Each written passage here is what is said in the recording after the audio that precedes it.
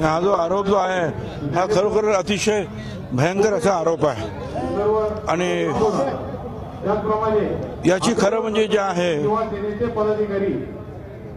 Supreme कोर्टाच्या न्यायाधीशांनी चौकशी केली पाहिजे। कारण मुंडे साहेबांच्या मुंडे साहेबांचं जे निधन झालं ते निधन नैसर्गिकरित्या झालं नाही, ती हत्या झाली असं आज पण अनेक लोक जे आहेत कुजबुजत असतात आणि बोलत असतात आणि आता ते उघडपणे हा आरोप केलेला आहे।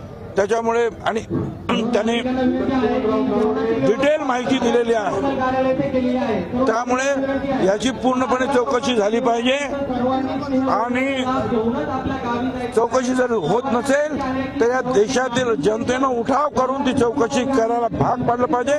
आणि हे ईव्हीएम मशीन जे आहे आज सगळे पक्ष म्हणतात की ईव्हीएम मशीन नको, परत एकदा बॅलेट पेपर आणा, परंतु आता ईव्हीएम मशीनसाठी त्यांचा आग्रह का आहे हे आता सगळं भांडं फुटलेलं आहे। त्यामुळे परत एकदा जनतेने उठाव केला पाहिजे आणि ईव्हीएम मशीन हटाव आणि बॅलेट पेपर लाव कागदी, आणि मग त्यांना कळेल की हे भाजपवाले कसे जे आहे आपले खातं सगळ्याच